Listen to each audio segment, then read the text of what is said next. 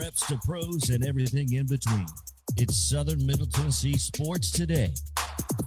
Live from the Lee Company studio. With the Hall of Famer Mo Patton, here's Chris Young. Welcome into Southern Middle Tennessee Sports Today, presented by Mid-Tennessee Bone and Joint. We are coming to you from the Lee Company studio, live and in person, at least for somebody. We are happy to have you guys with us and hope that you will stick around for a full 2 hours of a fantastic show that we have lined up for you today. A ton to get to as sports just keep happening. It's funny how that works. It is funny how that works. I mean, I'll tell you, I was. Now I'm echoing. Just JP is not in the studio today, and so there may be some production issues. Okay, now you're good. Yeah, there may be some production issues. There may be some little things, but we're working on some future help here. See what can happen. What can we do if we get real excited and try something crazy? So bear with us. We've got, again, a great show. In the next segment, we're going to continue our SEC previews. Sorry we missed you yesterday, Florida, but we'll get to them later this week, hopefully tomorrow. If not, we'll get with them next week. At some point today, we have Nick Roush of Kentucky Sports Radio. He's going to come on. We're going to preview Summit High School football. We'll talk the Braves. We've got Teresa Walker. She's going to spend a couple of segments with us because, well, we got a couple of different things to talk about with her. So, going to be our top stories, though, Mo, because it's today's been kind of a long day. We had a chance to get out to the Columbia Noon Rotary Club and heard from local coaches here in Murray County about what their season expectations are. Yeah, the Columbia Noon Rotary Club does a annual football coaches forum, and I think this was like the 5th or 6th year for it, maybe. It's pretty cool. Yeah, it is. All 5 of the football coaches in Murray County are typically on hand for it, and all 5 were in attendance today. So, like you said, got to hear from all 5 of them about, their philosophies and their youth programs for the season. Yeah. a lot of youth programs. A lot of youth in the Murray County football ranks. A lot of youth on the sidelines, as 3 of the coaches that spoke are first-year coaches at their respective programs, starting with interim coach John Moore at Columbia Central, as well as Mount Pleasant's Kid Hartsfield, and the guy that we talked to in our second hour yesterday, Zion Christian's Jeff Jordan. So, all of a sudden, Charlie Lansdale is the old head of the bunch going into his 9th year. Yeah, it's impressive to see these young guys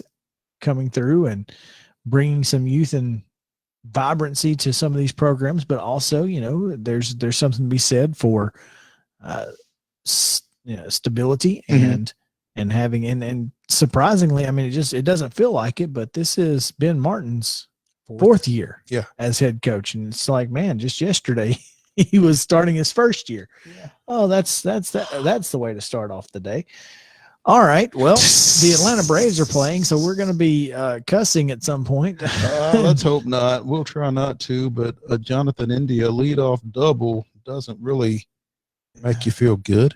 Yeah, it's not ideal. Anyway. But, it's a marathon, not a sprint.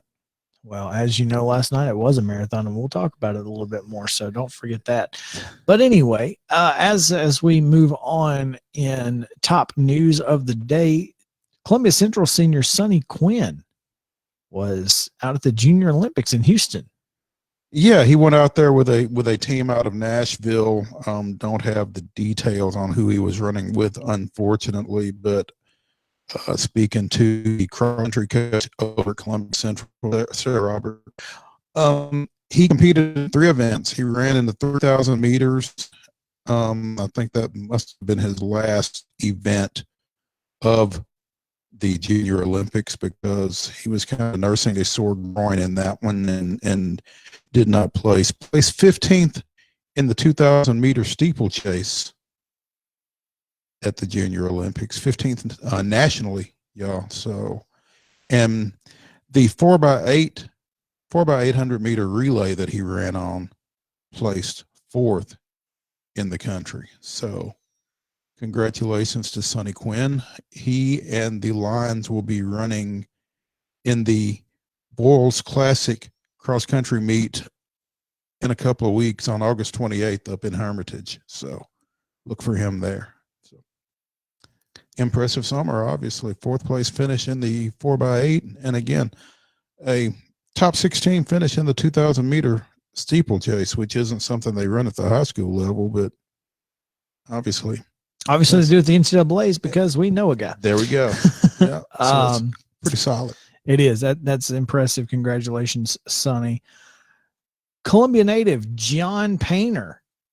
If you've ever been to Columbia State's baseball field, you've heard the last name Painter. Mm-hmm. But John Painter named the assistant athletics director and communications at Maryville College. Pretty cool. Yeah. We had noted earlier this summer he had resigned/retired from Colgate up in New York. Well, this is the other shoe dropping, I guess. He's been living in moved back to Maryville this summer and has been there. And 1988 University of Tennessee graduate, as you said, he's the son of former Columbia State baseball coach Jim Painter. Went into sports information / athletic media relations, worked at Auburn. He worked for the NCAA, spent 10 years as the primary media contact for football coaches Philip Fulmer and Lane Kiffin at UT before taking his most recent role up at Colgate. So now Maryville College gets the benefit of all of that knowledge and experience. And you know, for a division, I think that's a fantastic hire. So congratulations to them and to John. We are hopeful of actually getting John on the show tomorrow. So would be nice. Would be nice to talk to him. I think it's going to be, we will let you know if he's going to be on the show. We certainly hope to have him. Real quick, couple of notes in the college football world. In the Pac-12, if you're unable to play due to COVID this year, you will forfeit. It will not be a no contest. You will forfeit and move on. So no makeup dates, just like the SEC and I believe the Big Ten have already announced. So yeah, if you're unable to play due to COVID in the Pac-12 or basically in any Power 5 conference, it's pretty much, it is what it is. Hate it for you. Yeah, and it's going to be interesting, particularly if anything should happen to Washington State, where their football coach, Nick Rolovich, decided to Zoom into the media days because he was unvaccinated. And so they said, okay, if you're not vaccinated, then you can't come. So be interesting to see how far that goes with that program in particular. No doubt. And also Baylor. It came down yesterday from the NCAA that their previous, issues with the sexual assault allegations under former coach Art Briles will not punish the school or the program any further. It's been 5 years. And the NCAA ruled on Wednesday that Briles and the university did not violate its rules by their inaction. It said the committee could not conclude that Baylor or Briles violated NCAA rules by failing to report allegations of sexual interpersonal violence committed on the campus. The decision is the latest example which has stepped away from punishing schools for issues related to sexual misconduct by athletes. This coming from ESPN. The NCAA declined to take action in a case involving Michigan State and Larry Nassar and its program in 2018. Basically, the NCAA committee wrote in its ruling, Baylor admitted to moral and ethical failings in its handling of sexual and interpersonal violence on campus, but argued those failings, however egregious, did not constitute violations of NCAA rules. So perhaps it's time to add some stuff to the rule book. A morals clause, perhaps. Or you can just let the institutions handle it as they have. It's up to you. I think you almost have to let the institutions handle it and hope they will. Yeah, that's pretty much because I mean, I don't know if you can legislate morality. You cannot. And I don't know if you can enforce. Well, you can. morality. You can legislate it. You can try to enforce it, but it's tough. So because there's so many levels that and I think the NCAA probably has enough going on as it is. Yes, they do. So, all right, it's about time to take a break. But first, we need to give you the Thursday rundown. Here's the rundown. The Thursday rundown is brought to you by Barry B. Coble with Crest Point Wealth Management. Barry B. Coble with Crest Point Wealth Management offers personalized wealth management strategies for clients based on where you are in your financial journey. Go see Barry at Crest Point Wealth Management at 700 North Main Street in Columbia. Securities offered through registered representatives of Cambridge Investment Research Incorporated, a broker-dealer member of FINRA SIPC. Advisory services offered through Cambridge Investment Research Advisors Incorporated, a registered investment advisor. Crest Point Wealth Management and Cambridge are not affiliated. in Wednesday Major League Baseball action, the Marlins defeated Ryan Weathers and the Padres 7-0. Weathers giving up 6 earned runs on 7 hits over 4 2/3 innings. The Dodgers defeated the Phillies 8-2. It was St. Louis 4, Pittsburgh 0. The Brewers all over the Cubs 10-0, and the Braves in 11 innings defeated the Reds 8-6. I'll get to that later. In Thursday action, the Reds and Braves are playing right now. It's still 0-0 in the top of the first. Several other games are finished or finishing up. We'll get to the scores tomorrow. You can hear the Braves game on WKRM, our sister station, 103.7 FM, or watch it on Valley Sports South.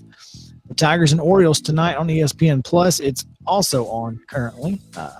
There's that. And then finally tonight on Fox in Iowa on the Field of Dreams, it will be the Yankees and White Sox. That game's first pitch set for 6:15. Also in Canadian football action, BC Lions travel to Calgary. That's a 7:30 kick, and you can see that on ESPN Plus. And that is your Thursday rundown on Southern Middle Tennessee sports today.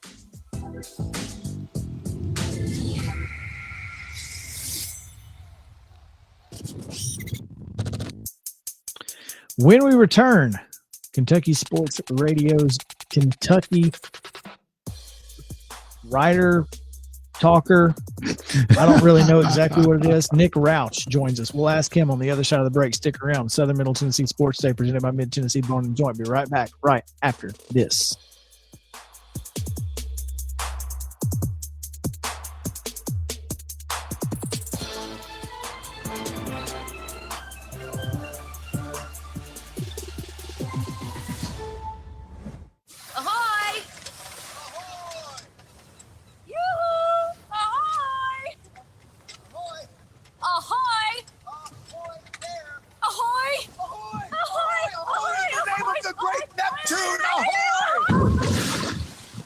Tides can turn quick on the water. Progressive's boat insurance has you covered with basic plans starting at $100 a year. Quote today at Progressive.com. Progressive Casualty Insurance Company affiliates annual for a big liability policy not available in all states. Prices fit based on how you buy.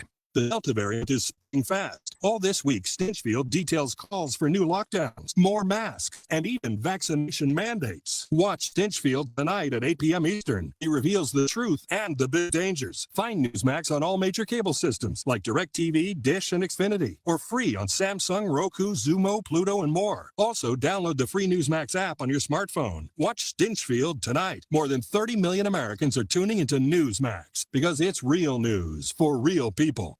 Hi, I'm Robert Rogers at Parks Motor Sales Buick GMC. And I'm Michael Parks Lawrence at Parks Motor Sales Buick GMC. Together, we're Mr. Bobby Parks' grandsons, and we run his dealership, and we are glad to be part of our local community. Being family-owned and operated, we invest heavily in our community. We do things like sports teams, schools, bands, you name it. We try to help everybody we can. The reason why we do this is because we all love this community. So come do business with us, your neighbors, at Parks Motor Sales in Columbia, Tennessee, right off Nashville Highway, or at parksmotorsales.com. Are you thinking about a new fence? Maybe you need a pole barn. Then you should give Sands Fence Company a call. That's 931-309-1644. Will Sands has built his business based on the principles of honesty, quality, and integrity. Sands. You guys hear me? Hello? You hear me? No. Yeah, I can hear you. Okay. Did you lose the butt in the middle of that? Yeah, I had to switch to a different mixer. Gotcha. I had to rig it up. It's been a while since I've done it. Yeah, I forgot I used two mixers and two. Yeah, I remember us having to do that before. Okay. I'm good. Everybody's good. So I'll have to download this off Facebook for the podcast. Yes. All right, cool. Off the Main Street Preps. So, all right, 90 seconds. I'm going to call Nick right now. Stand by. Okay. Why do people trust Tillis Jewelry with their jewelry repairs? Hi, this is Terry Tillis. We feel each piece of jewelry is important to our customers, and they deserve the utmost care with every item that is brought to us. Your jewelry is inspected when we receive it to determine exactly what repairs are needed. A photo is taken and documented, and then it goes to our goldsmith. Once the repair is completed, the jewelry is re-inspected to make sure it has been restored to its original condition. Come see us at Tillis Jewelry, located in Columbia and Lewisburg. American Standard Heating and Air Conditioning is built to a higher standard, so you can focus on the problems in your life that actually matter. Like the stair that only breaks everyone else in the house is asleep. American Standard Heating and Air Conditioning, built to a higher standard. Call Davis Heating and Cooling at 931-388-2090 for all your home comfort needs. Davis Heating and Cooling is your local American Standard dealer and proudly serves the Murray County area. Find Davis Heating and Cooling online and on Facebook or call today, 388-2090. That is. For 40 years, Beck Dental Care has been the personalized and comfortable option for the health of your smile. The caring staff maintains a high level of safety protocols and attention to detail. Advanced technology provides your choice of sedation and the best of dental implant solutions to restore complete oral health. Open until 7 p.m. 2 nights a week. 931-388-8452. Beck Dental Care in Columbia, 1603 Rosewood Drive. Alan Taylor is available tomorrow.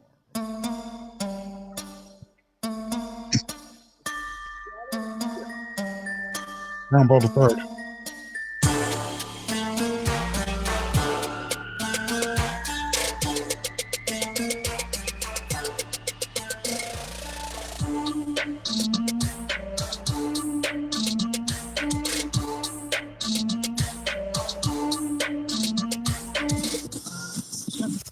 Covering the teams you care about. It's Southern Middle Tennessee Sports Today. Once again, live from the Lee Company studio. With the Hall of Famer Mo Patton, here's Chris Yao. Welcome back into Southern Middle Tennessee Sports Today, presented by Mid Tennessee Bone and Joint. Glad to have you guys with us here on WKOM 101.7 FM, 94.5 The Eagle, WZYX. If you're watching on Facebook, Main Street Preps, anywhere else you may be watching, we appreciate you guys hanging out with us here as we are getting set to continue our previews of Southeastern Conference football teams across the Eastern Division so far. We've started with Missouri, and now we are on to Kentucky as we are joined on the phone by Nick Roush, who covers the Wildcats. And Nick, are you there? Happy to be here. Very excited to talk a little football. It's you can smell it in the air. It's that time of year. Preseason practice, pads are popping. Just hoping the injury bug stays away. Right. So, Nick, I know you cover Kentucky for Kentucky Sports Radio. Is that? Tell us your you also have a radio show from 7 to 9 a.m. Is that correct? Well, correct on 96.1 FM, 1450 AM outside of Louisville. Big Exports Radio. You can check it out there. But yeah, doing a little bit of everything. And our new Kentucky Sports Radio, we're part of the new On 3 Sports too. So I know they're on your listeners enjoy. So they might want to check that out as well. No doubt, no doubt. As we are visiting with Nick Roush, talking a little Kentucky football, we have. We might as well just go ahead and get this out of the way because we're about to do our annual preview, and today's high school football preview includes the Summit Spartans. So how lucky did we get? This works out really well, Nick, because we're going to be talking a lot about Destin and Keaton Wade in the next segment, but I know you probably have quite a bit of knowledge about those two young men as well. Yeah. Actually, had a colleague of mine watch do camp out in Lexington this summer. It was a huge recruiting week for Kentucky. I mean, to beat out the Vols for not one but two in-state kids.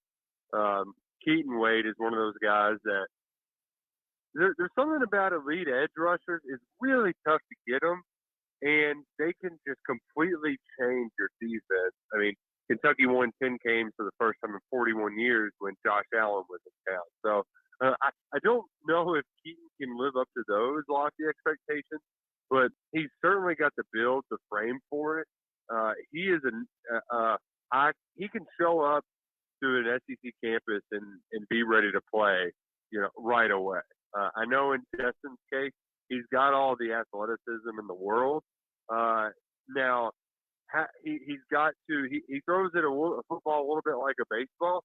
Works great in high school. He's probably going to get 1,500 passing yards, 1,000 rushing yards. In college, you got to be a little more accurate in your place. I know Cohen gave him some, kind of tips, pointers over the summer to work on. So, but either way, both kids very high character, great athletes, and heck, if you're Mark Stoops and Destin Wade ain't working out too well, and you have another quarterback coming in, I think he can do pretty well on the other side of the ball as well there too. So I know Kentucky fans were incredibly excited to get those guys, especially from Tennessee, because it feels like those two schools are recruiting against each other more and more and more. Yeah, and these kids are Tennessee born and bred. They're not they aren't guys who moved in like most of the people in Middle Tennessee these days. So that is unusual and really cool. But I think you're exactly right. No matter what, Destin Wade, if he is unable to play quarterback at that level, he will certainly find a place somewhere on the field and be very beneficial to the Wildcats.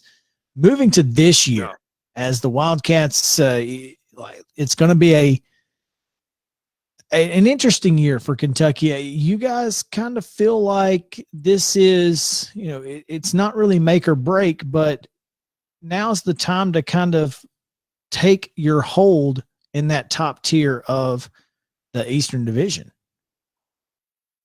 That's a really good way to put it, because and it's kind of oddly timed in that it's happening while the offense is hitting the reset button and going out and getting, an offensive coordinator from the LA Rams, really bringing in a bunch of new guys from the transfer portal, new staffers. So in a sense, they're hitting the reset button, but there's not it's to win now. It's not like you're firing a brand new coaching staff and starting over. You're changing things up a little bit. You're trying to tweak it, to improve it. And if Mark Stoops did get it right with this hire with Liam Cohen, and they can get some sort of vertical passing game. The last 3 years or 2 years, they were last in Power 5. They were last in the SEC 3 years ago. If they can just get to middle of the road in the SEC, if they can throw for 240 yards a game instead of 120, just by using play action and getting some guys some open looks in space and hitting, a handful of vertical shots a game, then the schedule really does line up for them to be, maybe not contending with Georgia, but to be the next team right behind them, because the front end of the schedule is pretty light. You play Missouri week 2, and if you beat Missouri week 2, there's an opportunity for you to start the season 4-0 with Florida coming into town, a Florida team that has lost a ton of talent from that team they had last year offensively, and then saw they got a ACL injury on defense this year. Mm-hmm. So you have a little stretch with Florida, LSU, Georgia. But the front and back ends are pretty light, so there's a lot of opportunities to win football games. And, before conference realignment really shakes things up, I don't think ask for a better schedule. I don't think they're going to get a better schedule the next few years. So now is the time to strike. You're exactly right, Chris. Speaking with Nick Roush of Kentucky Sports Radio. Nick, you talk about throwing for upwards of 200 yards, maybe kind of balancing things out a little bit more offensively between run pass. Obviously, Chris Rodriguez is going to be your guy in the run game. And also, obviously, you've got about 3 weeks to a month before the season opener against Ulamo, as we call them. But what is that quarterback situation looking like at this point? Well, here's the thing. It's a poorly kept secret. They're trying. They want it to be a competition, right? Because competition makes everybody better. Of course. And I think that they need to do that too to kind of make Will Levis earn that role and really gain the respect of his teammates and kind of put some pressure on him. But he's got some pure arm talent that they just haven't really had in Lexington in a while. So it's probably going to be the Penn State transfer who's started. He's got, I don't know, 3 or 4 career starts. They use him quite a bit as a running option as well. So he's got pretty good legs too. And he has a long relationship going back with Liam Cohen, where they're from a similar area. He recruited him a little bit back when the coordinator was in Maine. So right now, Levis has been the most consistent. And in order to get to that point, if he is just, like I said, just good average, then he's going to get running backs from the tight ends. They don't have a ton of receivers. They brought in Wandale Robinson. Josh Ali is a solid second option. So the tools are there. It's just a matter of Levis gaining the respect of the room and continuing to be consistent over the next 3 weeks, because he has the best tools of all the quarterbacks in that room. Nick, obviously the transfer portal has changed the game literally and on pretty much every campus in the country at the Division I level. Is there a concern though when your top 2 guys at the quarterback spot are both transfers as far as being able to go and recruit quarterbacks? Because I mean, what's stopping a high school kid like a Destin Wade from looking at that and saying, hey, your top 2 guys this year are transfer guys. What's to say you're not going to go out and get 2 more transfers next year and 2 more transfers the following year, and I never hit the field? Well, I guess you better be the reason if you're Destin Wade, well, right? That's what they're going to tell you anyway. Anyway. But I mean, just realistically, Nick, I mean, is that a concern or? Well, it's to the point where, like, Stoops has done things in Kentucky a lot of fans never thought could happen. They're winning without a gimmick. They're winning in the trenches. They're winning up front. They're beating people up and running the football. A lot of in playing good defense. A lot of Kentucky fans never thought that could happen in Lexington. The quickest way to turn a program around is just to get a game changer at quarterback. He's done it without a quarterback. It's kind of impressive. Now, it really is. Close. They've been close to like Mac Jones. He was committed to Kentucky initially, and ultimately ends up flipping to Alabama about a couple months before signing day. Another guy, Jaron Williams, he was a 4-star guy that they ends up flipping late. So they've been decent at evaluating some of these arms. But ultimately, when the big schools come calling, Kentucky just, I don't think, is had enough to offer some of these high school kids. I mean, for Christ's sake, they got a top 200 passer from within the state who turned them down to go to Rutgers. Something's just, I don't know what's wrong with it. So, essentially, the transfer portal has been the best Band-Aid for Kentucky because of their failures on the recruiting front in the quarterback front. So, it's really, like, I don't know where they would be without it, because they've swung and missed so many times getting recruits. And the thing is the amount of players that are in the portal. You know, that kid that Quinn Ewers that just reclassified to join Ohio State this year. With Ohio State picking up this kid a year early, that just means another one of their 5 stars that they recruited last year is going to get kicked down the road. He's eventually going to enter the portal. So while the rich continue to get rich from the high school ranks, folks like Kentucky can still enjoy a good meal with the players that get kicked down from the top dogs, from the Penn State, from the Auburn. So is it a concern that they can't recruit? Yes, but the transfer portal has been a gift of sorts for Kentucky at the quarterback position. Nick Roush of Kentucky Sports Radio. Nick, we appreciate your time today because we certainly didn't have very much knowledge about Kentucky this year. Like I said, we know quite a bit about a couple of guys coming to campus next year, but we appreciate you giving us some insight. And you can find Nick at Roush KSR, ROUSH KSR on Twitter. And where is that show again? One more time.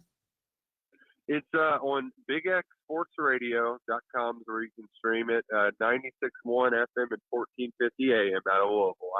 I appreciate y'all having me on. We do a little bit of everything at KSR. So if you need to know more about Kentucky before they take on the teams from Tennessee or the others in the SEC, we got plenty of it out there. So I appreciate y'all having me today. Absolutely, man. We really appreciate it. Thanks so much.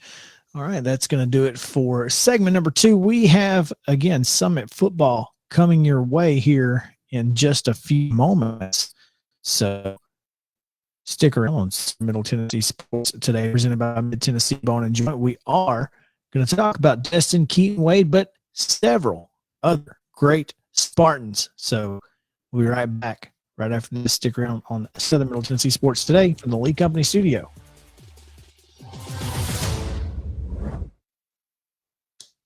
One-stop shopping. That's why so many people shop Chrysler, Dodge, Jeep, Ram, Fiat of Columbia. As the #1 volume CDJR dealer in Tennessee, we offer the largest selection of new Ram, Jeep, Dodge, and Chrysler vehicles. And when you have the largest selection of new, you have the largest selection of used, too. Combine that with state-of-the-art, fast, accurate service, and you've got Tennessee's #1 volume dealer. Shop online at Chrysler, Dodge, Ram of Columbia.net. The Tennessee Ram Truck Jeep headquarters. You can count on us. Based on combined retail and fleet sales, boarded by Chrysler in the state of Tennessee in 2018. Hello, I'm Barbara Lincoln with Holland's Pharmacy. You may have heard our previous commercials about compression hosiery that we carry at Holland's Pharmacy. Well, we've recently expanded into a full line of knee braces, back, wrist, ankle, and other support wear. We will gladly help you get just the right fit for these items and, of course, special order items to ensure the proper fit. Come see us at Holland's Pharmacy, 1608 Hatcher Lane, or call us at 931-388-4233. 388-4233. If you come to Arby's from 2 to 5 p.m., you can get sliders for $1. For another $1, you can get a small drink or fries or a snack shake. And for the low, low price of another $1, you can round out this afternoon snack with warm cookies. It's really a meal at this point, but call it a snack. That way, you can come back for dinner.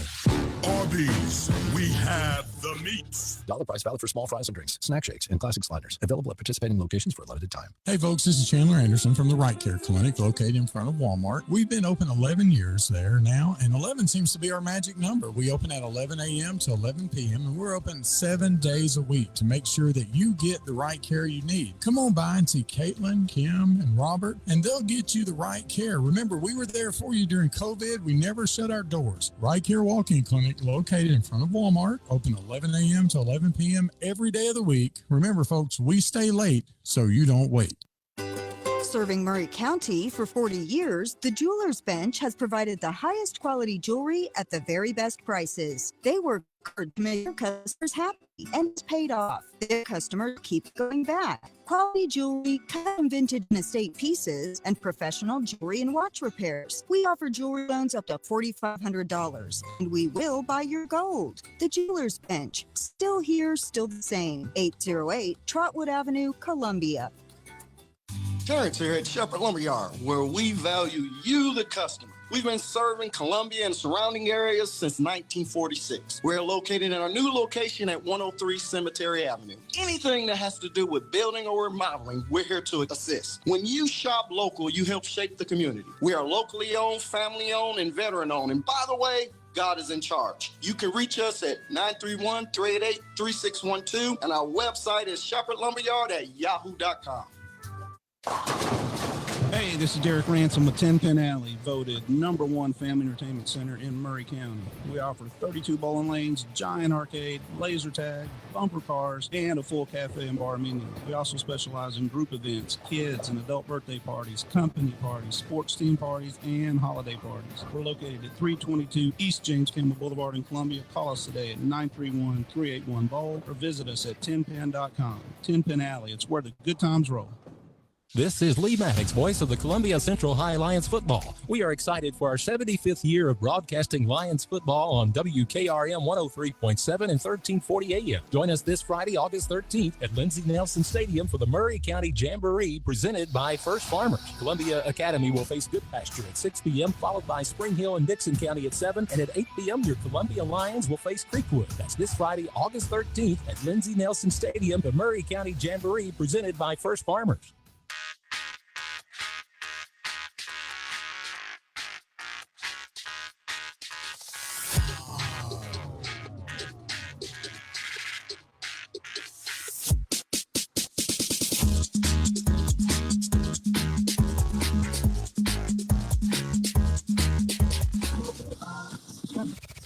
Local sports talk you'll only find here. It's Southern Middle Tennessee Sports Today. Live from the Lee Company studio with the Hall of Famer Mo Patton, here's Chris Yao. Welcome back into Southern Middle Tennessee Sports Today, presented by Mid-Tennessee Bone and Joint. Works better when the mic is on. It does, in fact, work better when the mic is on. I don't even know why I hit the mute button, and I know JP's got us covered over there, but, you know, it is what it is. 14 minutes to the top of the hour here.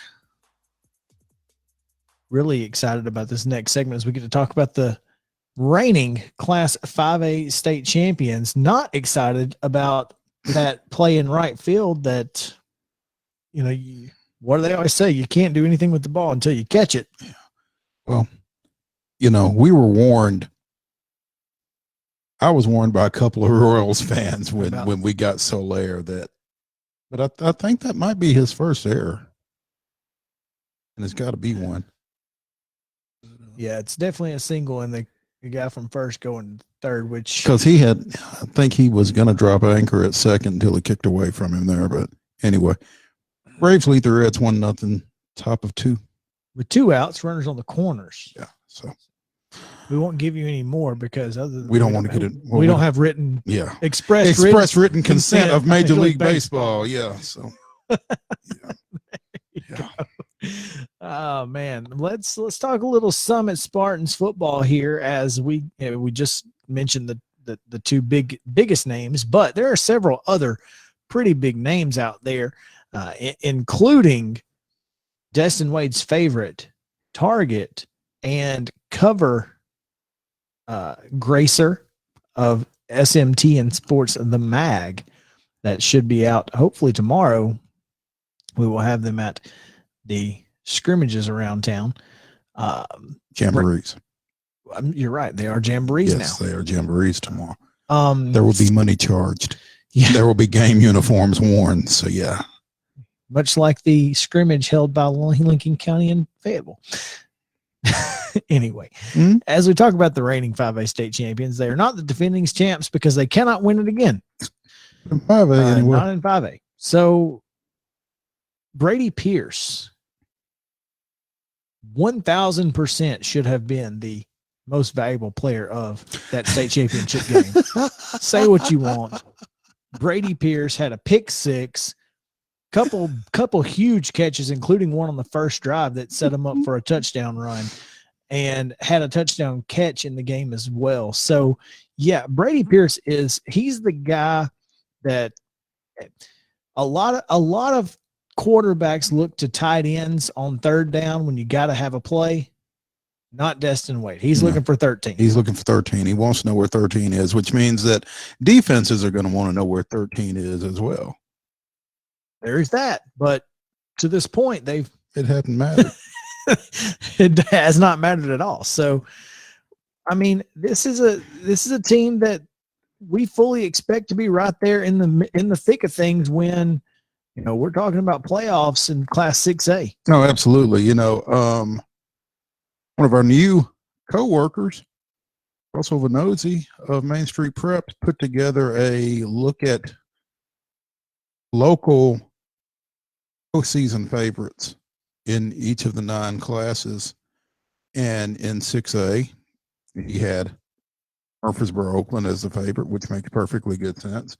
I think close behind, I think, was the phrase that they used for the second best team, and that was Ravenwood.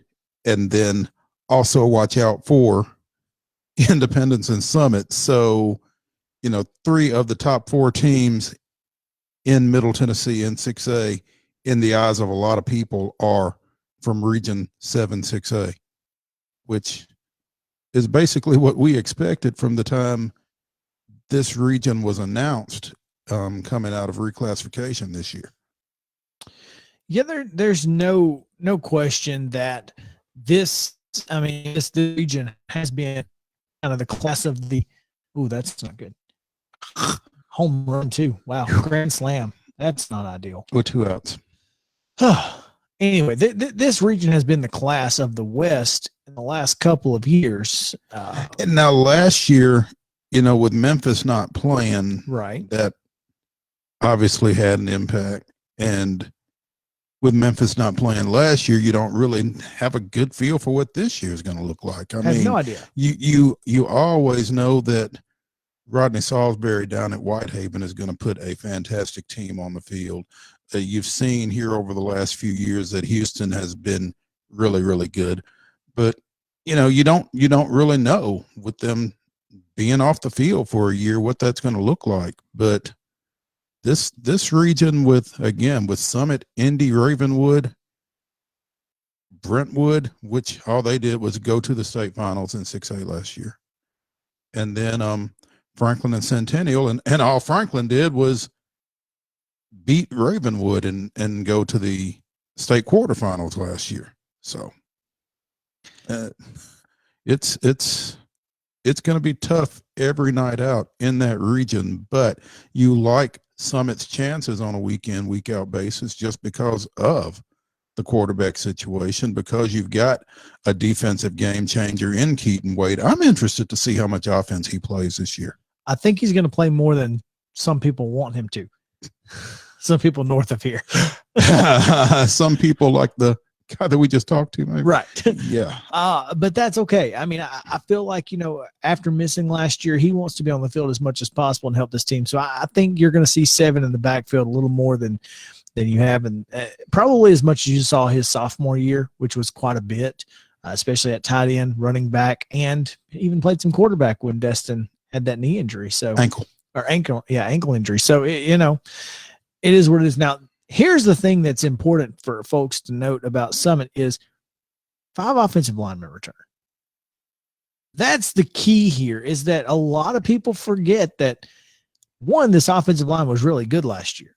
2, they all come back in there better than they were. And as much as Brian Coleman has embraced the breadth of Destin Wade's abilities at quarterback, at his heart, Brian Coleman wants to run the ball 30 or 40 times a game.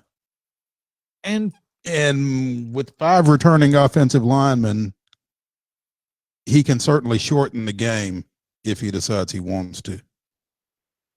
Yeah, you've got guys like Brandon King coming back, who was a big part of that run game last year. I guess what we would have called him be like a scat back, you know, short, quick hitters and that sort of thing. So he does a really good job at the running back position. Of course, when you're running through holes like those, like Cooper Koch and some others were opening up, it's not hard to do. Defensively, same thing. I mean, You've got guys like Maddox Reed coming back, who is finding himself some college offers and that sort of thing. And Maddox was a big part of that team last year and was a big part of the people who stepped in for Keaton Wade in his absence. And from what I understand, keep an eye out for Brady Hendricks on the side opposite of Keaton Wade on defense. He's going to be the guy that has to step up and make plays because they're going to run to him. Mm-hmm. If you're running, you're not running at 7 if you can help it. Not intentionally, yeah. So Hendricks is going to have to be – he's going to make a lot of tackles this year. He's probably going – if he plays well, he's going to write his ticket. Mm-hmm. Yeah. And then, as you mentioned, he of the pick six in the championship game. I mean, Brady Pierce just seems to be where the ball is on defense. He plays that position as well as anybody. And like you said about Keaton, I'm interested to see how much defense Destin plays. He in the final down the stretch in the final 3 weeks of the season. Starting at Beach, he played quite a bit at Beach, and then at Henry County played a little bit. Didn't really need to play too much, and then in the finals he was early in that one. He played a lot of corners, so I'll be interested to see how that plays out as well. But yeah, I mean, this is a team that we fully expect to be right there in the thick of things. They get the season started at Henry County. We had confirmed that yesterday. There was some concern about Henry County's artificial turf and whether it was going to be completed in time to host this game next Friday night. So, y'all Summit fans, I don't know if you realize how close you came to not having to make that drive to Paris. At least not this year. Well, I think for those that's seniors, the biggest concern. Yeah. But sorry, we tried. So again, next Friday at Henry County. Couldn't get him a rain out. It's a little closer the following weekend at Spring Hill on the 27th. Hopefully it's the 27th and not the 28th in the middle at 1:00 on a Saturday. I don't know when I've sweated as much as I did that day while you were off DJing a wedding. I probably was sweating too. Don't feel bad. September 3rd, they play at Brentwood in their Region 7 6A opener. And then 5 straight games at home. Is that right? Yeah. Yep. 5 straight games at home for the Spartans. They've got a weird schedule, man. Yeah. September 10th against Blackman, September 17th against Centennial, September 24th against Beach, October 1st against Ravenwood, October 8th against Independent. All 5 of those at home. Open at Shelbyville on the 22nd, finish up at Franklin on the 29th. So you want to three on the road, 5 at home, 2 on the road. You want to talk about a tough schedule stretch? Try playing Beach, Ravenwood, Independence, and Indy, and then you got Blackman right before that. No, thank you. Yeah, whoever makes out Summit's schedule. Blackman, Brentwood, or Brentwood, then Blackman. Brentwood, Blackman. Then those 3. With Centennial in between. That doesn't matter. Jeez. Hey, ease up on the Cougars. I'm just saying that 6-game stretch is not fun. Is as tough of a 6-game stretch as anybody in this state's going to play. Yeah, and some of them you don't have to play. Yeah, that's yeah. I mean, kudos to them again. Going to Henry County to open the year. I mean, I guess might as well find out from the get what you got. Might as well. And then Beach mid-year. It'll be fun. They'll sell some tickets. I had to ask Brian Coleman about that. Who made this schedule? Yeah, there you go. Did you make this schedule? Very valid question. Oof, Lord have mercy, boy. Right. I mean, you've got 2 of the best players in the state, and you're coming off a 5A state championship. It's probably hard to find people who want to play you. 2, you want to be as good as you can be because iron sharpens iron. And here's the thing. got to sell some tickets coming off of the season that everybody's coming off of last year. You got Blackman coming over here on the 10th. They're going to come. You got Beach coming on the 24th. If they can get across Nashville that time of day, they're going to show up in the 3 county games. So it's a money-making schedule. Ain't no doubt. Ain't no doubt. All right, folks, that is it for hour number 1. Thank you guys for bearing with us early as we have brought you some Kentucky football, some Summit football. We've got Atlanta Braves baseball on the tube, not looking good. We'll talk about last night, though, and we'll talk about more about this game that's coming up as well. So, or that's on right now. I'm sorry, not coming up. The 4-1. That's tough. It is what it is.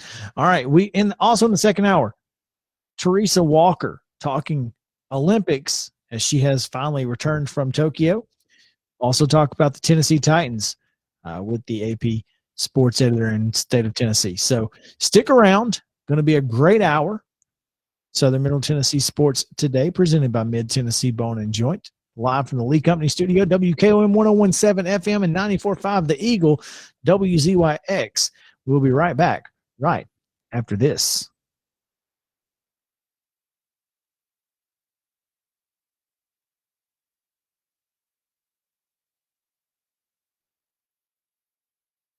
Here at Nathan's Sportsbook Live at some point.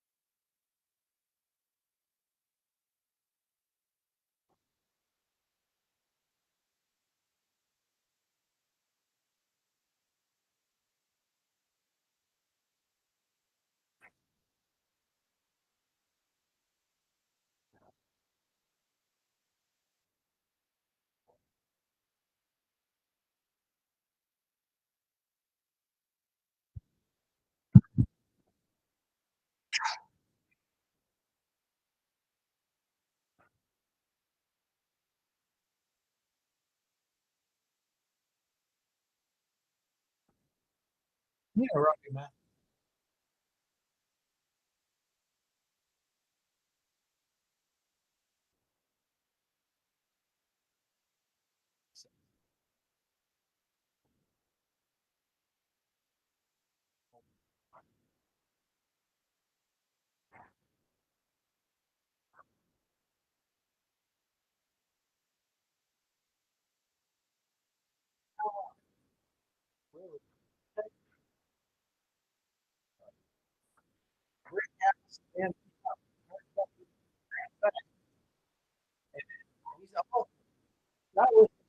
Hear what he's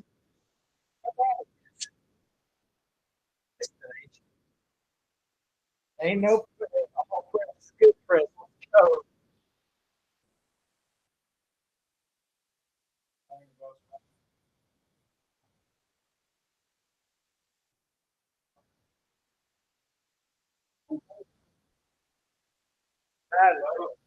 Thank you.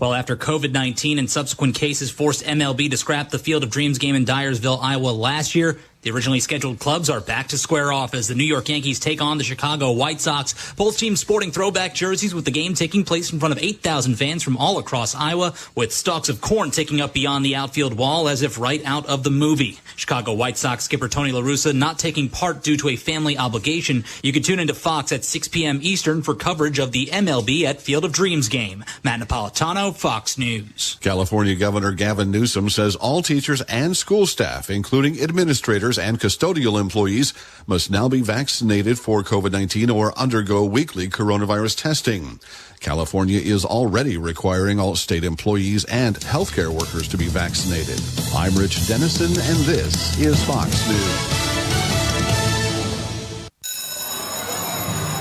School's out for summer! But if your business is running QuickBooks, you'll never get a break. Their manual processes, integration difficulties, and glitchy delays will leave you scrambling for the numbers you need. Failing to graduate to NetSuite will leave you stuck in summer school while your friends party. NetSuite by Oracle is the #1 cloud financial system. No matter how big your business grows, with visibility and control of your financials, inventory, HR, e-commerce, and more, NetSuite is everything you need to grow, all in one place. Automate your processes with NetSuite and close your books in no time. 93% of surveyed businesses increase their visibility and control since graduating to NetSuite. Special financing is back. NetSuite is offering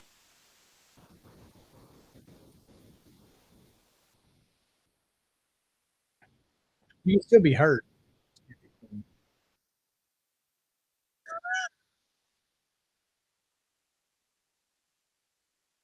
I don't know.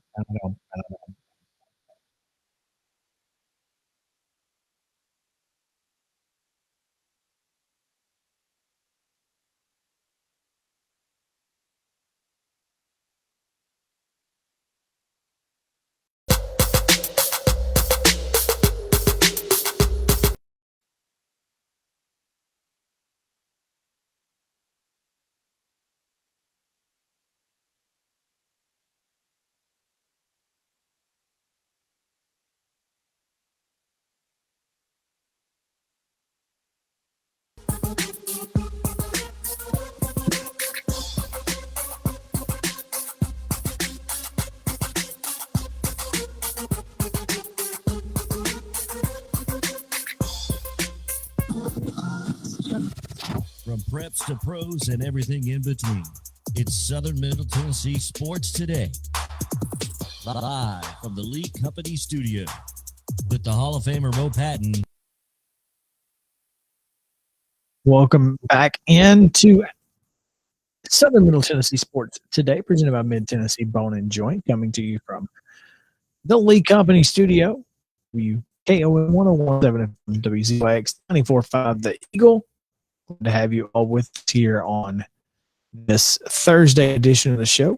Tomorrow, we'll be talking about the Murray County Jamboree, as it will kick off at 6 o'clock as soon as we go off the air. So catch us out at Lindsey Nelson We will be at Lindsey Nelson tomorrow because they got lights. We will be at Lindsey Nelson tomorrow. CA and Good Pasture at 6.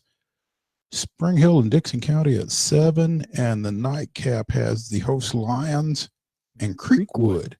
So yeah, looking forward to it. Gonna be fun. Little football under the lights. Game unis, officials. Chain gangs. Folks paying to get in. All those things. All those things and more. 2 quarters each. So not actual games. I love that we call them 2 quarters because 2 12-minute periods. Yeah. There's going to be 6 quarters. Yeah. So they're going to play a game and a half. Yeah. 3 halves, 6 quarters. 3 halves. Yeah.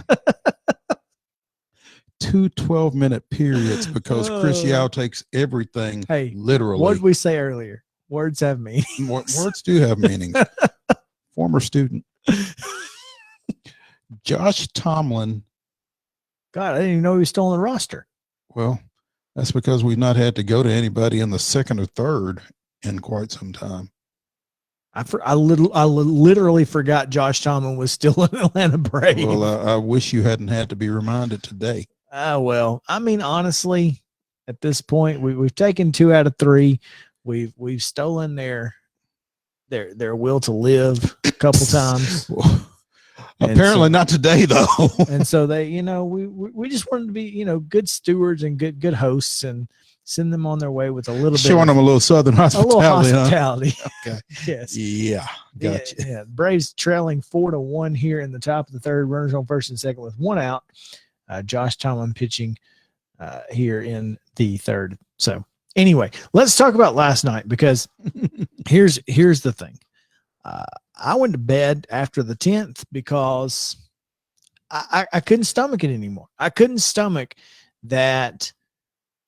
Just the little things, the little things are very frustrating. Guillermo Heredia pulls his bat back. Oh, Jesus.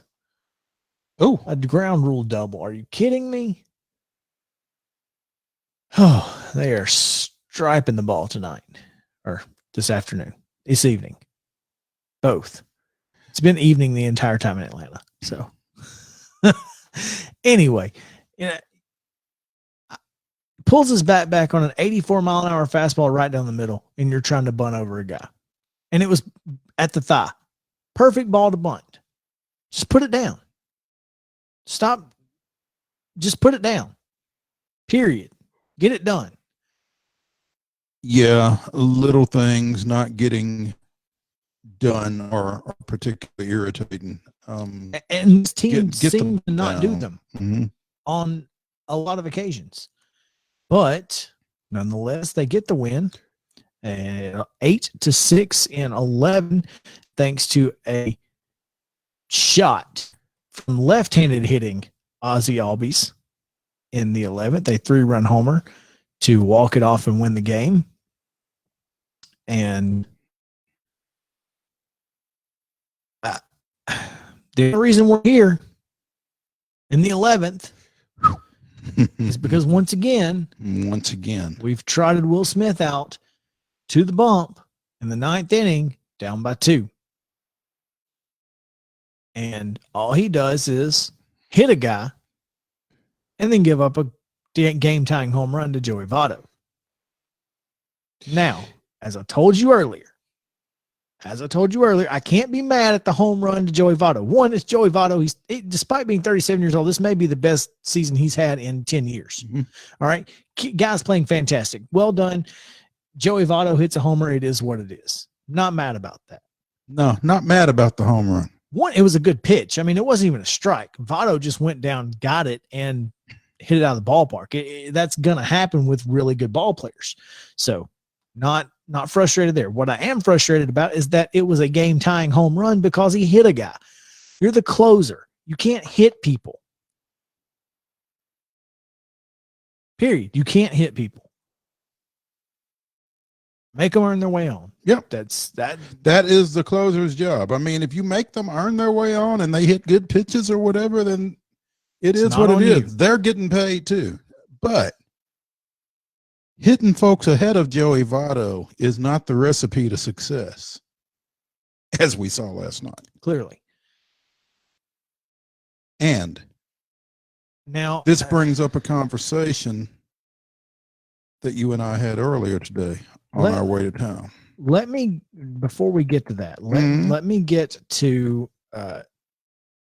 David O'Brien had a stat, or had Will Smith's stats over the last 3 or 5 games, something like that. His last 3 games, I believe. I'm not sure if I can find it quick enough, unfortunately. Here it is. Got it. Giving up 5 runs, 5 hits, 2 homers, 2 walks, and hit a batter. Blew 2 of the 3 saves in that span.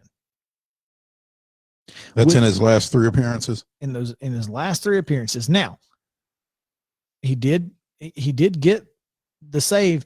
Jesus Christ. 3-run homer. All right. There's that. Anyway, yeah, just turn that off. We don't need that anymore.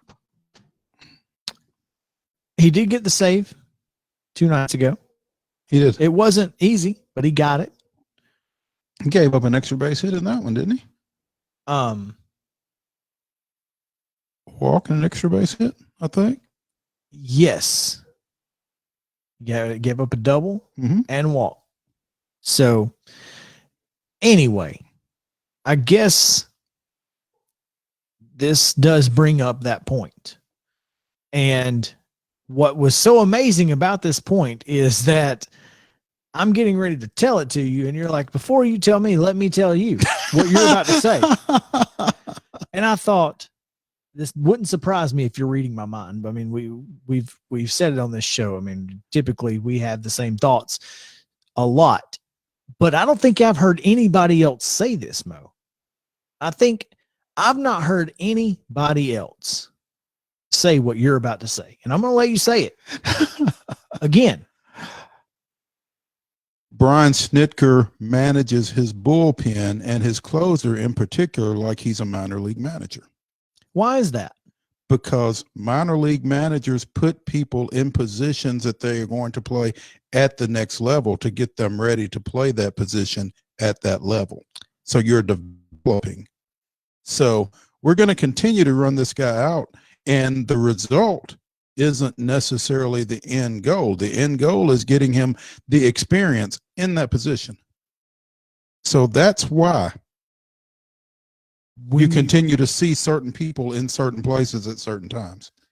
40 years ish, 36 of them in the minor leagues. No, 45 years, 40 in the minors. Okay, so 40 years in the minor league system. The last 5 he spent as the Braves manager. It only makes sense that it's the only way he knows how to manage. There are reasons that minor league managers are minor league managers. And when Snitker was hired, I thought it was a good hire because we needed that stability throughout the system. Sure. But you are in the prime of your best players' careers. You have to be better than what Brian Snitker has been. And it's not about wins and losses or anything like that. It's about his inability to understand how to manage at the major league level. Well, I mean, again, minor league managers, minor league coaches are about developing players for the major leagues. Major league managers, major league coaches are about putting guys in the best position to be successful and for the team to be successful. And success at the major league level is measured in wins and losses, you know, short of exit velocity. But and spin rate, that's another story for another day. But, you know, winning, I mean, that's the measurement. Games won.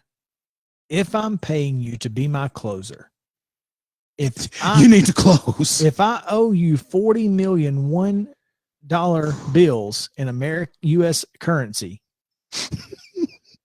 Therefore, your job is to get 3 outs in the 9th inning and not lose. Ideally, with as we little won't be drama tied. as possible. Yeah. I mean, though I understand that shutdown closers are few and far between. Well, it's tough. I get that. They're few and far between. You're not going to get what we got out of Kimbrel forever. And not many people do get that from their closure. You're not going to see a lot of Mariano Rivera's or Eric Gagne. And Eric Gagne wasn't good but for about 5 years. So you're just not going to get it for an extended period of time. I get that. But when you've got guys like Richard Rodriguez in the bullpen and you continue to trot out Will Smith after giving up 2-run homers to Riley Adams and whatnot, it's a problem. So the problem is, and we've finally figured it out, we've cracked the code, that Brian Snitker manages the Atlanta Braves as if He's managing at Gwinnett. As if he is managing in Gwinnett or Mississippi or anywhere else.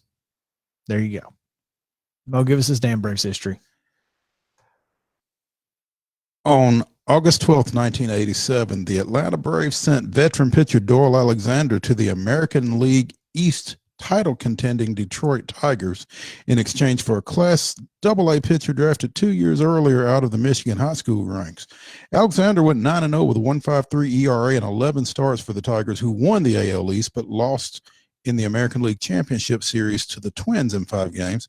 Alexander finished 4th in AL Cy Young voting off that effort. The minor league pitcher acquired by the Braves wound up winning 213 career games and saving 154, the only major league pitcher to do that, while going 15-4 in postseason play and entering the Hall of Fame in 2015, his first year of eligibility. John Smoltz. Bonus. It's exciting. August 12th is a big day in Braves history. On August 12th, 1984, a Sunday afternoon game between the NL West leading San Diego Padres and the second place Braves became a battle royale as a record 17 players were ejected following a 10-minute brawl that capped a series of batters thrown at and hit, and the ejections of both teams' managers along with a couple of acting managers for the Padres. There you go. It was a whole ordeal. A whole ordeal, as I would say. Yeah. All right. Sounds and bats again tonight, 5:30 p.m. in Louisville at Louisville Slugger Field. Alec Bettinger, 2-3 with a 4.37 going against Michael Marriott, 2-3 with a 3.40. Sounds get the 8-5 win last night. Corey Ray was a 2-run homer and was a triple short of the cycle. Bryce Terang had a home run as well. Terang, Mariano, Feliciano back-to-back homers in the second inning. The first time since June 23rd when Lopes and Jamie Westbrook did it against Charlotte. So there you go. Olympian Jamie Westbrook. There you go. All right. We'll be right back on Southern Middle Tennessee Sports Today. We visit with Teresa Walker right after this.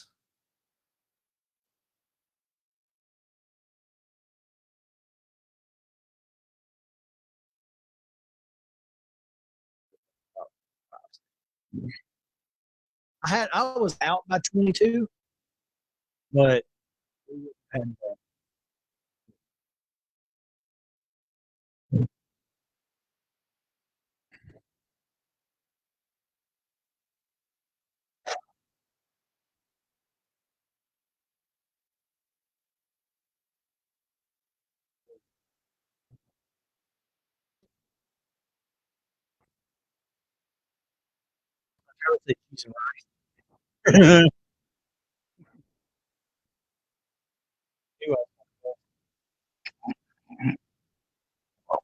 I knew it. On Samsung, Roku, Zumo, Pluto, and more. Also, download the free Newsmax app on your smartphone. Watch Stinchfield tonight. More than 30 million Americans are tuning into Newsmax because it's real news for real people. Hi, I'm Robert Rogers at Parks Motor Sales Buick GMC. And I'm Michael Parks Lawrence at Parks Motor Sales Buick GMC. Together, we're Mr. Bobby Parks' grandsons, and we run his dealership, and we are glad to be part of our local community. Being family-owned and operated, we invest heavily in our community. We do things like sports teams, schools, bands, kids, you name it. We try to help everybody we can. The reason why we do this is because we all love this community. So come do business with us, your neighbors, at Parks Motor Sales in Columbia, Tennessee, right off Nashville Highway, or at parksmotorsales.com. Are you thinking about a new fence? Maybe you need a pole barn. Then you should give Sands Fence Company a call. That's 931-309-1644. Will Sands has built his business based on the principles of honesty, quality, and integrity. Sands Fence Company has been in business for over 20 years, providing the community with farm, residential, and commercial fencing, as well as pole barns and buildings. Call today for a free estimate. Sands Fence Company, 931-309-1644. 931-309-1644. Hi, I'm Steve, the garbage man. By now, you all know about Don, our service truck guy. Well, let me tell you about another member of our service team, and that's Mike Ashley. He's the guy you'll talk to when you call the office. Just call and talk to Mike one time at 931-540-0919, and you'll see why we're lucky to have him here at the Garbage Man. Thanks, Mike, for all you do to keep the Garbage Man first in service. That's 931-540-0919. Why do people trust Tillis Jewelry with their jewelry repairs? Hi, this is Terry Tillis. We feel each piece of jewelry is important to our customers, and they deserve the utmost care with every item that is brought to us. Your jewelry is inspected when we receive it to determine exactly what repairs are needed. A photo is taken and documented, and then it goes to our goldsmith. Once the repair is completed, the jewelry is re-inspected to make sure it has been restored to its original condition. Come see us at Tillis Jewelry, located in Columbia and Lewisburg. American Standard Heating and Air Conditioning is built to a higher standard, so you can focus on the problems in your life that actually matter, like the stair that only creaks when everyone else in the house is asleep. American Standard Heating and Air Conditioning, built to a higher standard. Call Davis Heating and Cooling at 931-388-2090 for all your home comfort needs. Davis Heating and Cooling is your local American Standard dealer and proudly serves the Murray County area. Find Davis Heating and Cooling online and on Facebook or call today, 388-2090. For 40 years, Beck Dental Care has been the personalized and comfortable option for the health of your smile. The caring staff maintains a high level of safety protocols and attention to detail. Advanced technology provides your choice of sedation and the best of dental implant solutions to restore complete oral health. Open until 7 p.m. 2 nights a week. 931-388-8452. Beck Dental Care in Columbia, 1603 Rosewood Drive.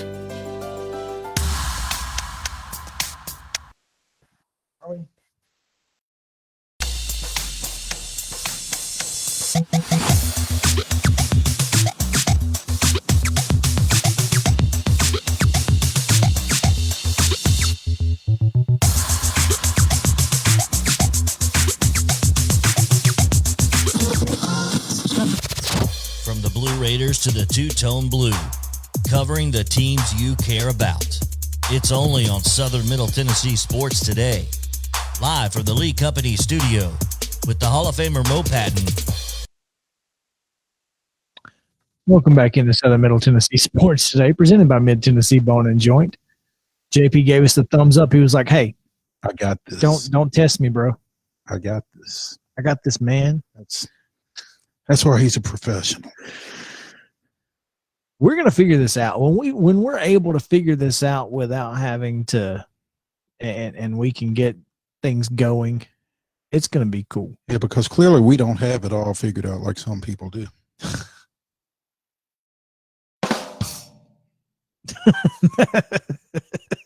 JP just dropped his head. That's so good. Oh man, I'm just saying. He's not. Some saying. people got it all figured out. Some people don't. We don't yet. Wait till we do though. We're working on it. We're going to pinky and brain this.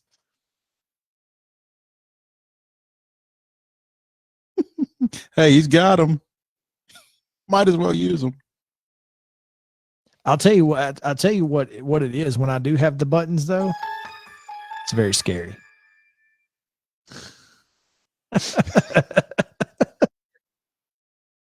Hot takes.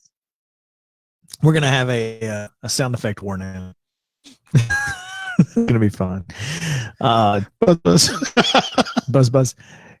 Coming up on the bottom of hour number 2 on this Thursday edition. Once again, happy to have you with us on WKOM 1017 FM 94.5 The Eagle WZYX. Stick around after the show. If you're listening on the Eagle, you can hear Will Davis and the Sports Mix live coming to you. If you're not listening on WZYX, well, you should be after our show. Just pull them up on WZYXradio.net or TuneIn Radio, or just tell Alexa. She'll play it for you. I know she will. I've tried it. So excited because in this segment, we get a chance to talk about jet lag and all sorts of, and we also get to talk about pancakes and sweet tea. Pancakes, sweet tea, jet lag, and waiting on your COVID test.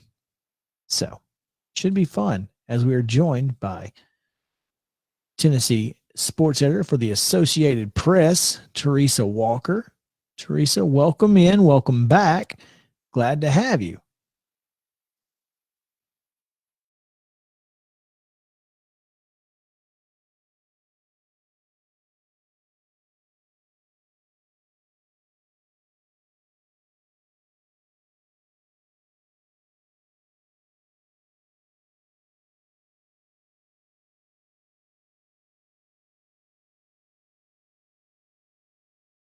I bet you could. Tell me this, Teresa.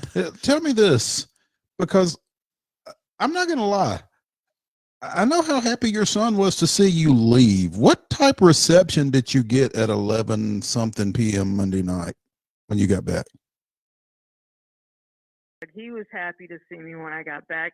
You know, he and my husband both like to kid an awful lot about things like wanting peace and quiet in the house and things like that. But, you know, let's just face it, it just takes a day or so away without me. And then suddenly they realize how much they need me and miss me. You're right. She's right. There's no question that peanut butter and jelly sandwiches don't last for 3 weeks.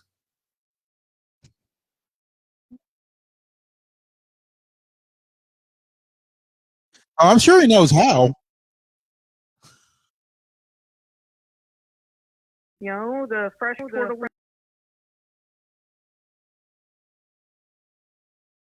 So, you know, yeah, I just showed him how to use the new pot to, you know, drain the water off the tortellini. You know, that was it. So, you know, he knows how to do his thing. Sauce. No, he likes to use marinara and mild or sweet Italian sausage and mix that all together. So, but it was definitely that sounds pretty good. Yeah. You know, if he had made that for us, we might have signed his intern sheet. Hey! I was assured that his diploma is coming, and don't you know? I need that to happen, man. I need to get him, you know, check another box off the list. We're joking. The sheet was even though he didn't do that for us, but it didn't right. So how was Tokyo? Well, it was hot, you know, for all the people, including my husband, who kept saying, it's so hot here. And I'm like, yes, it is. But you know what? It was there too. In fact, a week ago, I checked it just to be sure. Now, yes, I was in an air conditioned arena, thank the Lord. And some of my colleagues, unfortunately, had to work outside. But it was 110 degrees, feels like temp, this time last week in Saitama. So, you know, we did not escape the heat. And in fact, in some areas, it was hotter than here. So, you know, I'm just saying we didn't escape it. That said, it was weird being in Japan because I didn't get to see a lot of it. You know, what I saw was essentially from my hotel room and from the bus and the cab that took me to my hotel. That was it.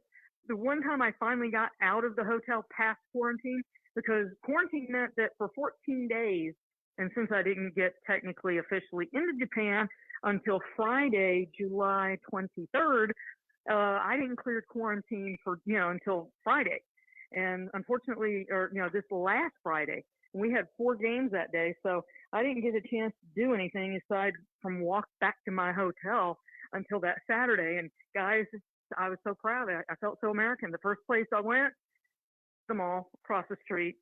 So what can I say? We went in search of food, and I will say the food in the mall, in a food court in the mall in Japan, really good. I had some great shrimp fried rice and soup, and had some wonderful Baskin Robbins. Which here's the challenge. The reason that was so huge, we were limited to the restaurants in our hotels, Uber Eats, and the Lawson 24-hour convenience store.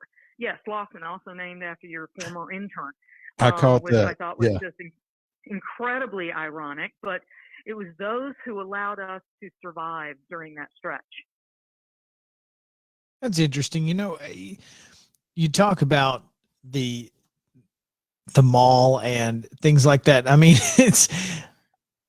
I wish that we had some folks over there with hamburgers and hot dogs, asking them if they want a free sample and try it and see if they like it. Like we need some American food in their food courts, because that would just be fun. Well, here's the funny thing. Thanks to Uber Eats, we were able to get food delivered. We weren't in the midst of a huge Olympic park. We were at the Saitama Super Arena, which ironically enough also hosted the Predators played there to start the 2000 season. I think it was a 2-game stretch against Pittsburgh, and they won that opening game behind Cliff Awning. So, we were able to use Uber Eats, and the easiest things to order, Domino's. The game changer was when I ordered the Domino's after the third time, and it's like, guys, we can get large pieces, right? Instead of just medium. Game changer. We definitely had more pizza to eat, and didn't have to. It's like, okay, he's had 4 pieces. Wait, how many of you had? I want another piece. We had enough to go around once we went to the large. It's funny how that works. But we were. Yeah, and then the other challenge was, we ordered some Wendy's, we ordered some McDonald's, local burger place, that their McDonald's have in sweet 5 tea? minutes. Their McDonald's didn't have sweet tea? No, their McDonald's didn't have sweet tea. Didn't have quarter pounders either. I had to choose between either double cheeseburgers or the filet of fish or the Big Mac. And, I went for the double cheeseburger one day and the Big Mac another day. And lordy, one of the good things about going overseas, McDonald's, those pies are fried, boys, the way they used to do them. And they're so good and crunchy that way. Hey, yeah. Let me give you a pro tip on the Big Mac. Get the double cheeseburger and just add lettuce and mac sauce, and it's cheaper, and you don't get the extra piece of bread that fills you up even more. Ooh, that is a good tip, Chris, because I'll just say this. I really hate the extra piece of bread. In fact, when I get a Big Mac, I either put ketchup on it, and since we didn't have any ketchup, we got some extra chicken nuggets, so I put barbecue sauce on there. So that was the first time I'd ever done that. But, and then add the challenge to this. You're ordering on Uber Eats, and everything's in Japanese. So using Google Translate to figure things out, make sure what I'm ordering, and then getting it to the point where it can be delivered, because we're placing the order inside. Well, the several times that I placed the order, I had to turn on I added AT&T has a new thing for $10 a day international passport. So every time we were ordering, I'd have to turn that on, and turn on my cell service so I could go outside and communicate with the delivery person, because we were on the second floor. And once we figured it out, it was easy. Second floor outside security tent. But there was a couple times, time I had to walk to the end of the street and worrying, it's like, are these security guards going to get me for breaking quarantine here to pick up one delivery? And, but once Domino's, boy, that was perfect. He knew exactly where to come. So, but, between that and then going back to the Lawson, they stock fresh food in daily. And the egg salad sandwich, I've had the egg salad sandwich at at Masters, the Lawson convenience store sandwich, which sold for it's about 211 yen, which comes out to about maybe 190 or so US. Oh my, that was a delicious sandwich. I'm just saying. Speaking with Teresa Walker of the Associated Press, who spent the last 3 weeks covering the Tokyo Olympics. Teresa, saw your pictures on your Facebook page of your impromptu interview with Megan Rapinoe during the U.S. women's basketball teams. I guess it was the gold medal game. Is that when that was? Hello? Yes, it was the gold medal game. We got there early because it was the last game, and yeah, it was the gold medal game. So, we probably got there, an hour and 40 minutes before the game. And my colleague Doug Feinberg noticed that, let's face it, Megan Rapinoe, the purple hair kind of stands out. And, I waited until she was done talking with Mary Carrillo. And, after the game, I tweeted out that Megan could not have been nicer. I introduced myself. I did drop my colleague's name, Annie Peterson, who's covered like the last 2 Women's World Cups and covered women's soccer in Rio in 2016. And, again, in Japan, going all over, the different sites for the game. And I dropped her name, and, Megan immediately said, "Oh yeah, we love her." And I'm like, well, yeah, we all love her. She's amazing. But, really nice to talk to her for a couple minutes, and very grateful that one of my colleagues, Eric Gay, caught a picture of that, and sent it to me because I have to admit, I posted on social media the one of me talking, which, I'm always moving my hands when I talk. I think the better picture was of her responding to me because she was pretty animated in her answers. So, and she made it clear, somebody arranged it, made it easy for her to get in. And when I tweeted about that later, people were all over saying, well, how'd she get in? And it's like, there you go. She's just breaking rules. No. Yes. Sue Bird said after the game that somehow she wrangled, using quotes around that, a media credential. Here's the thing, guys, we've all been around places where people have got media credentials who have no reason or need to have a media credential, and they're all up in our business in the places they shouldn't be. Megan Rapinoe used that credential. If it was a media credential, she sat in the seats that were reserved for athletes, and she didn't get into the mix zone. She wasn't at the news conference afterwards. She didn't get in the way of any media doing their job. And then secondly, she was still there. She helped win a bronze medal on Thursday night with two goals, including an Olympico or whatever they call it, a unique goal. And she did, she scored twice. And their gold, their medal ceremony wasn't until Friday night after the gold medal soccer game.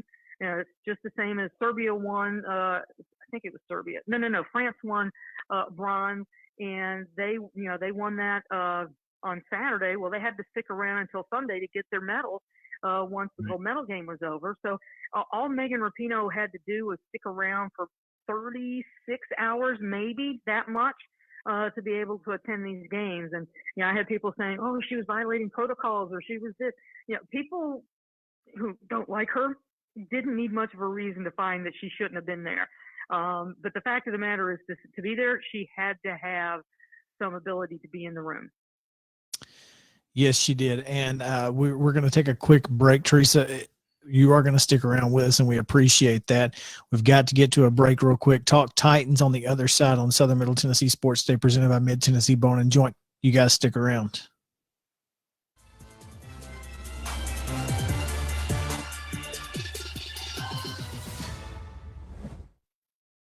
One-stop shopping. That's why so many people shop Chrysler, Dodge, Jeep, Ram, Fiat of Columbia. As the #1 volume CDJR dealer in Tennessee, we offer the largest selection of Ram, Jeep, Dodge, and Chrysler vehicles. And when you have the largest selection of new, you have the largest selection of used, too. Combine that with state-of-the-art, fast, accurate service, and you've got Tennessee's #1 volume dealer. Shop online at Chrysler, Dodge, Jeep, Ram of Columbia.net. He's not been giving me the Jeep headquarters. Us. Based on combined retail and fleet sales, Chrysler in the state of Tennessee in 2019. Hello, I'm Barbara Lincoln with Hollins Pharmacy. You may have heard our previous commercials about compression hosiery that we carry at Hollins Pharmacy. Well, we've recently expanded into a full line of knee braces, back, wrist, ankle, and other support wear. We will gladly help you get just the right fit for these items and, of course, special order items to ensure the proper fit. Come see us at Hollins Pharmacy, 1608 Hatcher Lane, or call us at 931-388-4233. 388-4233. If you come to Arby's from 2 to 5 p.m., you can get sliders for $1. For another $1, you can get a small drink or fries or a snack shake. And for the low, low price of another $1, You can round out this afternoon snack with warm cookies. It's really a meal at this point, but call it a snack. That way, you can come back for dinner. Arby's, we have the meats. Dollar price valid for small fries and drinks, snack shakes, and classic sliders. Available at participating locations for a limited time. Hey folks, this is Chandler Anderson from the Right Care Clinic located in front of Walmart. We've been open 11 years there now, and 11 seems to be our magic number. We open at 11 a.m. to 11 p.m., and we're open 7 days a week to make sure that you get the right care you need. Come on by and see Caitlin, Kim, and Robert, and they'll get you the right care. Remember, we were there for you during COVID. We never shut our doors. Right Care Walk-In Clinic located in front of Walmart, open 11 a.m. to 11 p.m. every day of the week. Remember, folks, we stay late so you don't wait.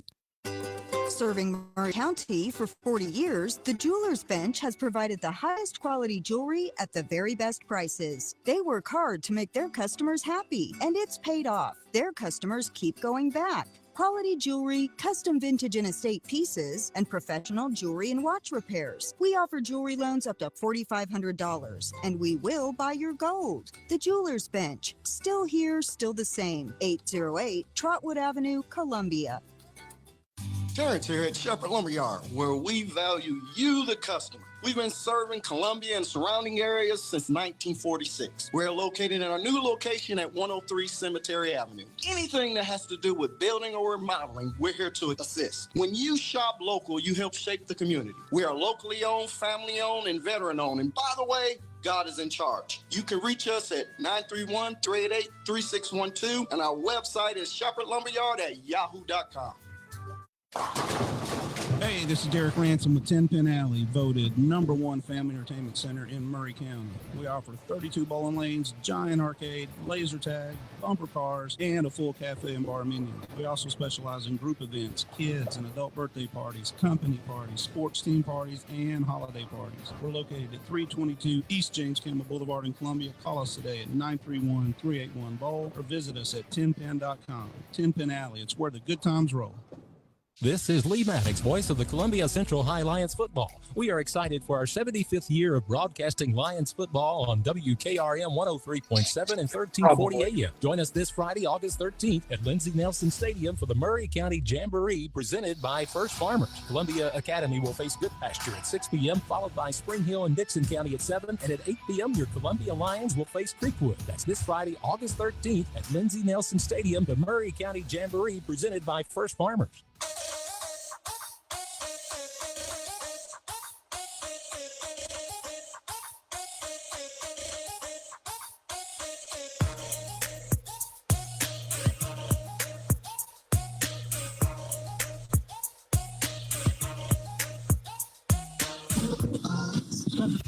Covering the teams you care about. It's Southern Middle Tennessee Sports Today.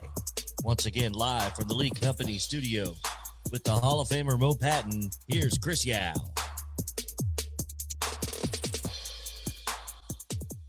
Studio was coming on that one. It sounded like one of the old ones, so I was getting ready. Just in case.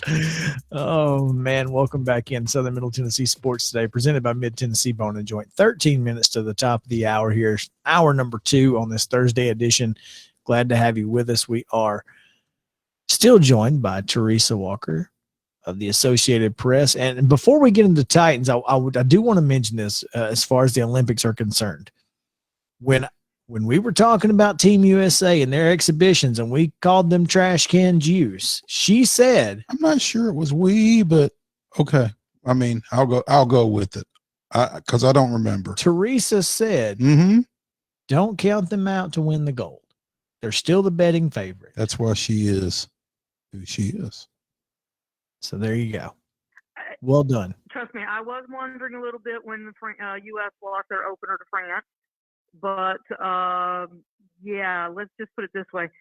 Yeah, it's amazing what a difference in that team Drew Holiday made. And, you know, it's like when those three pieces joined the team, you know, about 12 hours or so, 13 hours before that game against France. And as they had a few days to kind of practice how they came together. But I'll say this, you know, Kevin Durant has taken an awful lot of hits over the years about being a guy who couldn't lead a team to something. Well, guess what? If you missed that gold medal run, he led the Americans to get another gold medal. I mean, that was his team. When they needed buckets, when they needed stops, when they needed a block, he went and got them. And I will say this, Drew Holiday was a huge addition to that team. His defense and the abilities that he brought to that team. I got to talk to him in the mix zone after the gold medal game. And I mean, think about it. He had like a 4-week run there where he helps win, NBA finals championship, NBA title, and then comes over and helps win a gold medal. Yeah, he got into the starting lineup PDQ once he got into Japan. So it was really, it was a fun maturation to watch, even as I know that, like I think it was the semifinals, the Australians got up on them and, had a big lead. I think it was a 15-point lead at one point in the first half. And then they turned on, the Americans turned on a run, and, the rest of the world is catching up with U.S. and, people who think that it should be easy for the men, didn't pay attention to how many NBA players are on the other teams. After the loss to France, people are like, how'd they lose to France? Excuse me, Rudy Gobert, 3-time NBA Defensive Player of the Year. Evan Fournier, with the Celtics. These are some guys who, they know Kevin Durant and all these other guys because they play with them on a regular basis throughout the year. Luka Doncic, he had Slovenia right there posed for a medal. And, a team that had never made it to the Olympics before. So, things are changing. And, when the best Americans aren't there, this was kind of maybe their B team, if you want to say that. There was no LeBron, there's no Steph Curry. There were a lot of people who didn't go for various reasons, injuries, etc. But, Kevin Durant was there, and that's all they needed, it seems. Teresa Walker from the Associated Press with us here on Southern Middle Tennessee Sports Today. Teresa, I wanted to ask you one last question before we get away from the Olympics. What was your favorite moment that you were involved with? That's good. Well, I was always I only did basketball. So that was a challenging time, right? So it was, game started at 10 a.m. and, the schedule of 52 games started on July 26th and went through, the only day where there was not at least 2 games was that final day with the gold medal game. I have several moments of the games, whether it was Brittany Griner swatting away shot after shot after shot by the Japanese women, Japan making 19 threes to end Nigeria's quest to get another win for the first time since 2004. They had Ruthie Bolton on that team, and I got to check in with her because she was among the coaches who didn't have credentials and missed the first game of the tournament for Nigeria on the sidelines. But my favorite moment might be on July 23rd when I got to walk out of the Narita airport. I mean, guys, I didn't have 2 boxes checked on my form. I did the proper test. I had the negative results, but I didn't have those 2 little boxes checked. And because I didn't have anywhere in the test results or the lab website that conducted the test saying that it was a nasopharyngeal, where they go up and scrape your brain, tickle that real good. If it had that word phrasing in there, I'd have gotten through the day before. But because it didn't, I had to have my husband get the paperwork filled out again properly, all the boxes checked, get it re-signed, and then get it sent to me as a PDF from the clinic so that I could have the customer rep for United print it off and then start the process the next morning. They were saying, you might have to fly home again. And it's like, after getting off a 13-hour plus plane ride, I didn't want to get on a plane again for another 3 weeks. And, the prospect of having to tell my bosses, sorry, I'm not going to be able to help, that was not pleasant circumstances. So when I walked out, I could have sworn there was a chorus of angels singing. No doubt. That's awesome. That's awesome. You went to Titans practice yesterday? Wednesday. That was yesterday. Yes. Yeah. Okay. What did you see? I know it was the day after Josh Reynolds wasn't very explosive, apparently. How did things look in your first day at camp? Well, it was kind of boring. I mean, let's be honest. They were working lots of situations, and it was almost a walkthrough pace. It was only 80 minutes. And, most of the people were watching Julio Jones. I saw Derrick Henry run through some individual stuff. I did see Ryan Tannehill, but, Ryan Tannehill is not expected to play tomorrow night against the Falcons. Neither is Derrick Henry. There won't be any Caleb Farley. I know. Guys, I'll be honest. Last year we didn't have any preseason games, and we saw that teams were able to start the season fine. I think I'm curious to see through this preseason how many teams play how many starters, knowing that, these 3 games are best to figure out, who can push for backups. Like the Titans need to know, can Logan Woodside start a game, prepare as if he's the starter, and be a guy who can, lead the offense and get some points and, be a true backup in case he's needed behind Ryan Tannehill. Darrington Evans, we didn't see much of him last year because of the injury. So, he looks like he'll get the start for Derrick Henry. Derrick Henry, who we know knows how to get himself ready for a season and perform once that happens. Julio Jones, they're watching him carefully and keeping an eye on him.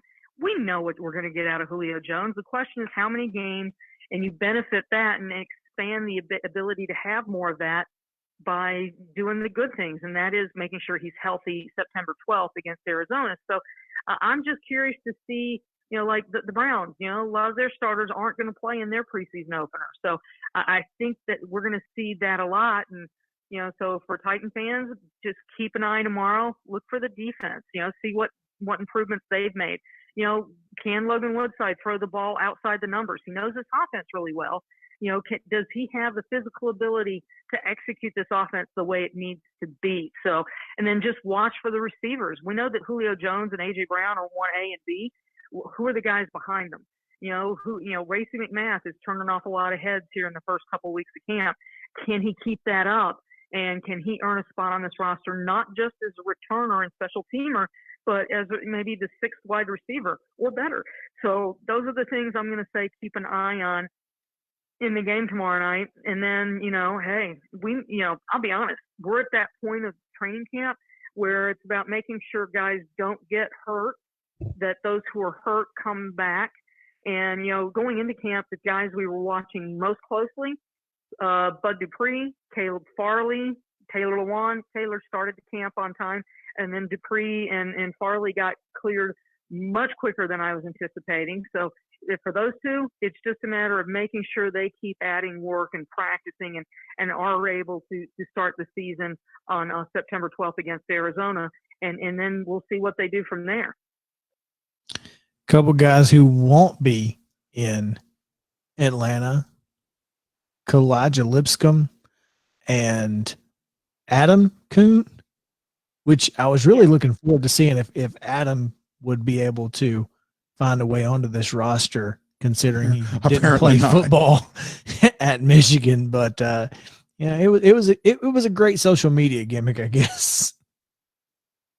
Well, I know that everybody was rooting for the wrestler, but hey, maybe they like him enough to bring him back next off season, to see if they can continue growing some of those skills. They took a flyer on a guy to see if a guy who can wrestle, in tight spaces could, maybe translate with a few months of time. And, sometimes those don't work out, and, there's nothing wrong with using your name, let's put it this way. I saw some people it's like, well, wait a minute, Mike Vrabel and the Titans brought in a wrestler who's not played football in years, and people are fussing about Tim Tebow. Little difference here. Adam Kuhn at least had several years on Tim Tebow and a particular physical skill set that they wanted to investigate. It didn't work out. They didn't waste time once they realized that they could move on and add people elsewhere. Perhaps, a season or two with the Spring League or the XFL could be in Adam's future and give him a chance to maybe find a way to play some football. And there are things out there. So, hey, you never know. Let me ask you this, and this has nothing to do with the Titans, Teresa, but Urban Meyer won't say that the number 1 overall pick in the draft is his starting quarterback in week 1. Is there any chance that Trevor Lawrence is not?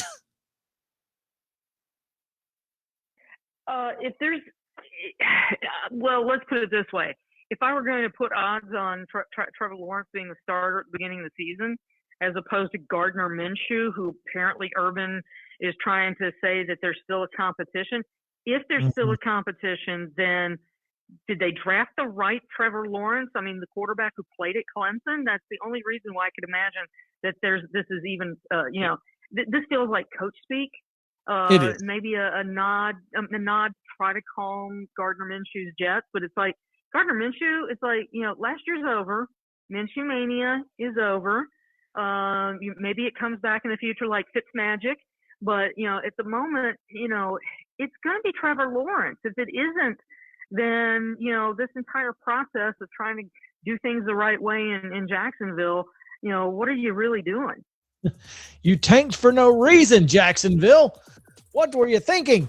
Anyway, Teresa Walker of the Associated Press, thanks so much for taking some time with us today. We really appreciate it, as always. Get some sleep. I'm going to try. I think it's time for a nap now. There you go. Take a nap, eat some tortellini, be good to go. Or vice versa. Either way. That's going to do it for today's show. For the Middle Tennessee Sports Day, presented by Mid-Tennessee Bone and Joint. Stick around for Will Davis on WZYX 94.5 The Eagle and the Sports Mix Live coming to you. Going to be great. Tomorrow, we preview a little bit of this jamboree at Lindsey Nelson Stadium. We'll talk a little bit about that. We'll continue our SEC football preview, and we get a chance to talk to John Painter. So going to be fun. Make sure to join us 4 o'clock tomorrow. Southern Middle Tennessee Sports Today. From the Lee Company studio for Mo Patton and JP Plant, I'm Chris Yao saying have a great day and stay cool, Columbia.